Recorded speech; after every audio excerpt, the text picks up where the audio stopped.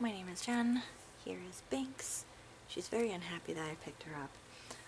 Today, as you can see, is another casual filming day, mostly because my life is bonkers right now. We are being very casual about reading in this upcoming month of June, so why not have a casual background? Yeah, here we are again. Here is my very tentative stack of books that I may or may not actually get to in June. At this point, who knows? So first up, I did not manage to finish reading Bean. So first up, I did not manage to finish my reread of Anne of Green Gables, so I will be probably continuing to read that this month. I anticipate continuing to read that this month. As for other books that I'm hoping to pick up in June, I didn't necessarily go with a theme. Like sometimes I try to pick them out by theme of what, you know, the season is or anything like that, but at this point I seem to be having a problem sticking to TBRs, so I am just going with what I think I'm maybe potentially possibly in the mood for. So first up, I actually have a couple of different books that are off of my nightstand of shame. I picked the ones that I think are most likely I'm going to pick up in June, so we'll go with it. The first of these is Expedition Wida, and this is by Barry Clifford and Paul Perry, and this is the story of the world's first excavation of a pirate treasure ship and the man who found her. So this has to do with the pirate ship Wida that was sunk off the coast of like Cape Cod, and this is, yeah, just following the excavation of this. I think if you've been watching for a while, you probably saw me talk about getting this book and going to the Wida like Pirate Museum last, what was that, fall? Yeah, I think it was September. And yeah, I started the book and didn't get that very far in it. The museum is like super cool and fascinating, and they're still like working on bits and pieces that they have brought up but are still submerged in like salt water, and they're slowly like trying to like clean all the gunk off of it so they can actually extract things. There's like the pirate treasure is all there. You can like actually touch some of it. It's really cool. So yeah, this is about the wreck itself, the pirate ship and its crew, and mainly about the search for and then the excavation of it. So pretty cool, because it's like summertime. I'm feeling in the mood to read about like seashore type stuff, and figured good time to hop back into this book. Then I thought I'm also potentially in the mood to hop back into Caramello by Sandra Cisneros. This is a book that I started reading last summer. As you can see, I started annotating it. This is basically a book about a girl named Lala. Every summer, her and her family end up going down to Mexico and spending time with her family down there, which it is the whole family: aunts, uncles, mothers, fathers, her 6 older brothers, pack up in 3 cars, drive from Chicago to, let me see, their family is little grandfather and the awful grandmother. And this is basically a slightly unreliable narration of Lala learning more about her family and figuring out, you know, what makes the awful grandmother so awful. Why is she the way she is? It's basically looking through the history of the generations of their family. I started annotating it last summer because I thought it just begged to be annotated, really, and I wanted to like keep track of things, so a lot of this is like times when the awful grimoire is in fact awful, and stuff like that. So yeah, I would like to get back into this book this month as well, I believe. I'm not sure, because I'm annotating it, I'm not sure if this is going to be something that I will finish reading this month, or if it's something that I'm gonna like read over the summer and just make my way through and annotate it. But yes, I think I mentioned last month's TBR that I was going to start doing a reread of a series that I really loved as a teenager, which is the Confessions of Georgia Nicholson series by Louise Renison. I had read previously 7 books out of the 10 book series, so I wanted to do a reread and then also finish the series. So I read book 1 this past month, and I started book 2. So yeah, I'm going to be continuing my reread of the series. 2, this I know I will definitely get to, because I really want to make an effort to finish this whole thing. Plus, I'm like vlogging the experience, so. And this is, yeah, book 2. On the bright side, I am now the girlfriend of a sex god. So, and I think I've mentioned this before, but yeah, this is basically a book series about a British schoolgirl named Georgia, who's rather dramatic and crazy, and yeah, this is just basically her confessions. It's like a little diary, sort of her life and shenanigans and things that she gets up to, especially concerning like boys and her friendships and things like that, and like her family, which is bonkers. Okay, so that was all of like unfinished books. Then I have my classic for the month. I have decided to pick up If Beale Street Could Talk by James Baldwin.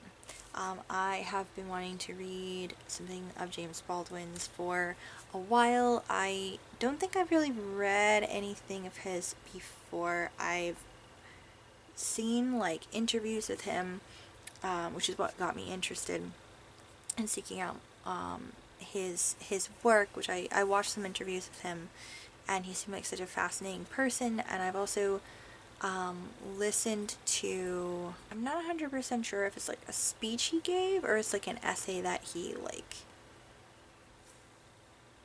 recited or whatever, but yeah, very very fascinating person, very. So I have a couple of his books, and this one sounded like maybe it would be the best introduction to him, and this is following Ish, who's a 19-year-old girl who is in love with Fawny, who is the father of her child. But unfortunately, Fawny has just been accused of a crime, and he is, I think he's imprisoned? Yes, he's imprisoned, and both of their families are trying to, like, clear his name. And this is just very much talking about, like, love in the face of like injustice, because this is a young couple who's very much in love and is trying to start their future together and their family and everything, and this is just goes through the whole range of emotions involved in this whole process. So I think it's not, I'm like, it feels weird to say I'm very much looking forward to reading this, because it sounds like it's going to be like a very tough like book to read, but I am looking forward to reading this, because I have wanted to read something of his for a while, and I do think this is going to be a very a moving book to read. That's probably better description. The first of these other books, I over the past month read like 3 things about World War II, and I figured, you know what, let's continue with, I think this is my last book that has to do with World War II. This will be a reread. It is My Secret War. It is the World War II diary of Madeleine Beck on Long Island, New York in 1941. This is part of the Dear America series. I don't know if you also are children of the 90s, or even if you're not children of the 90s, you might have also read these. I read several of these. These Dear Americas were extremely popular. It's one of my favorite just because I went through a period of time as a kid where I was fairly obsessed with World War II, but honestly not so much like the actual fight, but the home front on during World War II in America, and also a little bit in England too, I guess. But yeah, I was very focused on stuff like that because I was like super into like American Girl dolls, especially Molly. So yeah, I went through like a phase of being really into like books and movies and stuff like that about the home front during World War II. So this was part of my obsession. I have not read it since childhood. I vaguely remember what this is all about. It's basically a girl. I can't remember how old she is. I think she's maybe like 12, 13, 14, somewhere around then. And she is in Long Island. From what I remember, she and a neighborhood boy who I think she becomes friends with, they decide that they're going to start scouting out the beaches because there's rumors that the Nazis are going to try to infiltrate the U.S. by Long Island Sound. So that's, yeah, that's not, I'm sorry, that's not a very good description, but again, it's been like years since I've read this, so that's basically what I remember of this. This is her diary of like her experiences, so I do technically have another book that I am currently like working my way through for research purposes. That is Hidden History of Vermont. This is what I've been like making notes in and annotating for my work in progress. But I am honestly not in the mood. It's really nothing against this book. It's just I haven't really been feeling it for a while now. So I'm thinking I'm going to maybe pause momentarily in my reading of this for research, and I'll go into another book, and that is A is for Arsenic, The Poisons of Agatha Christie by Catherine Harkup. Really want to read this personally just because this is fascinating to me and I love Agatha Christie, but also this is going to be like really good research for like my work in progress, and I've really been wanting to dig into this recently because I started like a couple of weeks ago or so listening to a new it's not a new podcast, it's new to me. I know I now have like 5 million podcasts in the middle of, but this one is called The Poisoner's Cabinet, and it's hosted by two folks, Sinead and Nick from the UK, and they're actually friends with Emma from Real Life Ghost Stories, which is one of my favorite podcasts. But they, as a special expert guest, recently had the author Catherine Harkup on their podcast, and I was like not expecting that. I was like, oh my god. And she was delightful. She's also written another book that was a couple of years ago that they talked about her, so it's probably out by now. But yeah, so that, just listening to her talk about stuff and everything, I just was like, man, I really need to get on this book soon. So yeah, I can't wait to pick this up. I guess she is like she's a chemist who loves like Agatha Christie, so a lot of this is like, it goes into like the science of it, which honestly is not something that I'm very huge on. If you heard me talk about books with science in it before, it's not something that's been my strong suit for the most part, but I really love The Poisoner's Handbook. So yeah, I think this is also going to be like super interesting. And the last couple of books are more, I think I'm in the mood for them, maybe. These are probably the most tentative of everything. So the first couple of these are books 2 and 3 in the Westmark trilogy by Lloyd Alexander. I read Westmark in January and it blew my socks off. Absolutely loved it.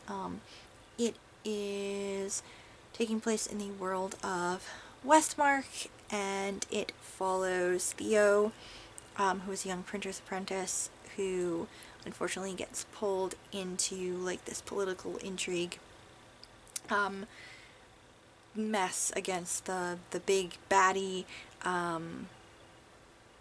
Is he a vizier, basically, of the king, and trying to save the kingdom in general, as well as save the king. And yeah, I just loved that book a lot. It was so good. So I have book 2, The Kestrel, and book 3, The Baker Queen, and I would really like to read both of these this month. I don't know if I will indeed get to both of them this month, but I'm hoping I will at least get to The Kestrel. It's are very easy to get through, or at least the first book was very easy to get through, so yeah. Wanting to get into that because I think I'm in the mood for fantasy, and it's hard to tell. I don't know if I'm in the mood for sci-fi, but I felt like maybe I might be.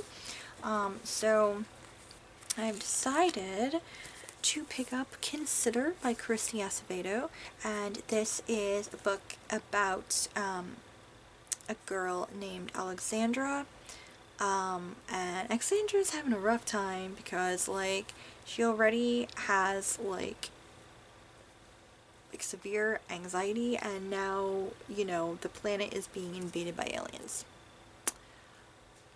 So, or maybe it's not exactly aliens, but there's like these holograms that have appeared. And these holograms are claiming to be humans from the future trying to save people, and they say, hey, you've got like 2 choices here. You either need to step through the holograms and be saved, or you can stay on Earth and like it's gonna be destroyed because a comet's like coming. So she's like, okay, what are we doing? Are we being saved? Are we just sticking around seeing what's going on? What is going on here? Can we trust these holograms? What is this? I have actually been wanting to read this for a while because one of my besties recommended this to me a while back. This is actually a local-ish author to me, and it sounds like really good, but again, if you know me, this is a possible like world-ending situation, and the character herself suffers from an anxiety disorder, and I did look at the first chapter back when I first bought this book a few years ago, and it made me anxious. So I set it aside, and I figure I'll come back to it when I have a better handle on my shit. Well, it is a few years later, and I have no better handle on my shit. But I'm wanting to give it another go, because this has been on my shelf for, gosh, how many years has it been now? Winner of the 2015 Children's Book Discovery Award. I did not get it in 2015. I want to say I've had this since 2016, 2017. Yeah, I really need to pick this up. This is my very tentative TBR for June. Who knows what I'll be into this month. I might not even get to any of these this month. Who knows at this point. But you know what? That's okay. It's all okay. Please let me know what you're reading this month. Let me know if you've ever read any of these, if you recommend any of these, if you hated any of these. I mean, don't tell me like spoilery reasons why you hated any of these if you did, but like, you know, let me know your thoughts. And let me know, yeah, what you're rooting for the first month of the summer. I can't believe we're here already in the summer months. But yeah, anyway, thank you guys so much for watching. Thank you for always watching. And if you are new here and would like to subscribe, please consider doing so down below. And I will see you guys in the next video. Bye.